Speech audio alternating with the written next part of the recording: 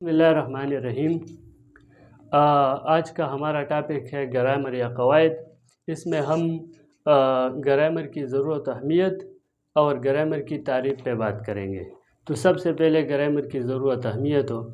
जिस तरह किसी भी मुल्क को चलाने के लिए, किसी भी इदारे को चलाने के लिए, यानी बेहतर तरीके से चलाने के लिए किसी कायदे कानून की ज़रूरत होती है। अगर वो कायदा कानून न हो तो मुल्क नहीं चल सकता, वो इदारा नहीं चल सकता। इसी तरह किसी भी ज़बान को बेहतर तरीके से समझने और बोलने के लिए भी कवायद की ज़रूरत होती है। ये तो रही ग्रामर की ज़रूरत व अहमियत। अब आते हैं ग्रामर की तारीफ़ की तरफ।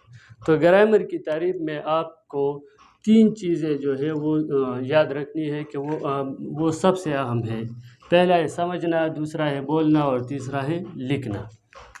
ये 3 चीज़ें ज़रूरी हैं और इन्हीं 3 चीज़ों के लिए माहिरीन ने कुछ उसूल मुकर्रर किए हैं और वो उसूल ग्रामर कहलाते हैं।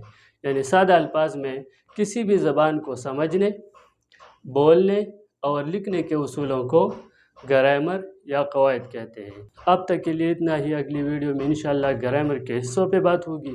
मज़ीद वीडियोस के लिए हमारा चैनल सहारनामा ऑफिशियल सब्सक्राइब कीजिए और बेल आइकन दबा दीजिए ताकि बर वक्त आपको नई वीडियोस जो है उसकी नोटिफिकेशन मिलती रहे। अल्लाह निगहबान।